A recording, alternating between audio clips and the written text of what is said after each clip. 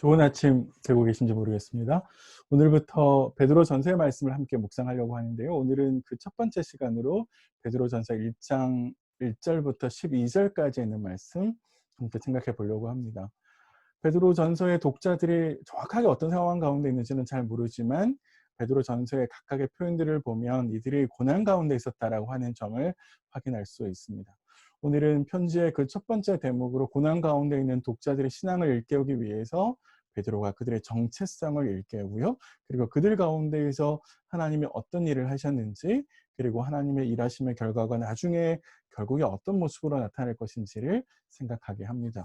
이 두 가지 지점에 있어서 오늘 저희가 함께 좀 생각해 보았으면 좋겠습니다. 베드로가 그의 독자들에게 첫 번째는 하나님의 선택하심을 입은 나그네라는 표현으로 그들의 정체성을 정의 내리고 있습니다. 하나님의 선택하심을 입었다라고 하는 것은 하나님께서 그들 안에서 구원을 위해서 일하고 계신다라는 뜻이고요. 그래서 그것은 하나님께서 주시는 하늘에 속한 모든 유업을 받을 수 있는 사람이 되었다라는 이야기입니다. 그러나 반대로 이 땅 가운데에서 특별히 베드로전서의 독자들이 살아가야 되는 소아시아 지역에서 그들은 나그네처럼 살아가야 되는데, 나그네는 아무런 권리가 없는 삶을 살아야 된다라고 하는 것을 의미하는 것이죠. 베드로의 이 모순되는 설명은 결국 우리가 하나님의 백성으로서 이 땅을 나그네처럼 살아야 되는데, 그래서 하나님께서 주시는 것을 받지만 여전히 이 땅 가운데에서는 집착을 버리고 나그네처럼 언제든지 쉽게 떠날 채비를 갖추면서 살아가야 된다라고 하는 것을 일깨우는 것입니다. 사실 나그네라는 말은 우리의 삶의 종착지가 여기가 아니라 여기는 경유지일 뿐이고 하나님 나라를 향해서 가는 하나님 백성이라고 하는 우리의 정체성을 생각하게 하는 것이죠. 그래서 여행길에 올라가는 우리의 짐은 가벼워야 합니다.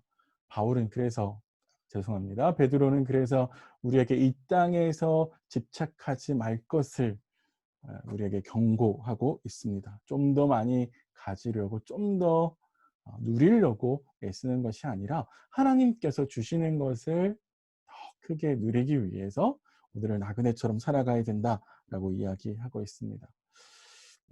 베드로는 나의 정체성을, 신앙의 정체성을 하나님의 선택하심을 받은 나그네라고 표현했는데요. 하나님 앞에서 나는 어떤 사람이고 어떤 정체성이 있는지를 스스로 한번 정해 내려보는 것도 필요하고요.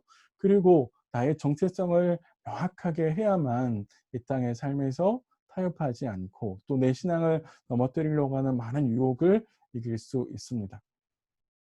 특별히 내가 하나님의 선택하심을 받은 사람이라고 하는 것을 잊지 않으셨으면 좋겠고요. 오늘 하루 순간순간마다 하나님이 나를 선택하셨지, 나의 구원을 일으키고 계시지, 나를 구원해 가시지 라고 하는 이런 생각들을 하루 종일 좀 가지셨으면 좋겠습니다.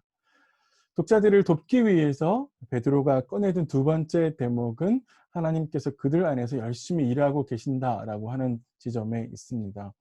독자들에게 인사를 건넬 때도 마찬가지고요. 하나님께서 그들을 미리 아셨고 성령께서 그들을 거룩하게 하시고 예수 그리스도가 그들의 죄를 위해서 피를 흘리셨다라는 말로 하나님의 일하심을 이야기하고 있습니다. 본론에 들어가서도 독자들을 위해서 하나님께서 하셨던 많은 이야기들을 하고 있습니다. 그것이 왜 중요하느냐? 우리 베드로의 의도를 읽어내는 것이 중요한데요. 베드로는 하나님께서 하신 일을 설명하면서 독자들로 하여금 하나님을 기대하게 만드는 것이죠.